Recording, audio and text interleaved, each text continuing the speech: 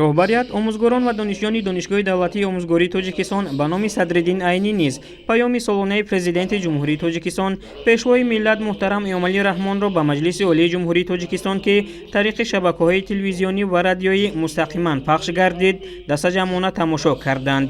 дар паёми навбатии сарвари давлат масъалаҳои муҳими рушди соҳаи маориф ва илм, баланд бардоштани сифати таҳсилот, мутобиқ намудани раванди таълим ба талаботи замони муосир ва тайёр намудани мутахассисони соҳибкасбу рақобатпазир мавриди баррасии ҳамаҷониба қарор гирифтанд. Президенти ҷумҳурии Тоҷикистон таъкид намуданд ки маориф яке аз самтҳои афзалиятноки сиёсати иҷтимоии давлат ба шумор рафта, рушди устувори кишвар бевосита ба сатҳи дониш ва ҷаҳонбинии шаҳрвандон вобаста мебошад. аз ин лиҳоз ҳукумати мамлакат маблағгузории соҳаҳои калидиро мунтазам зиёд менамояд ва ҳар сол ҳаҷми умумии он беш аз 21% хароҷоти буҷети давлатиро ташкил медиҳад.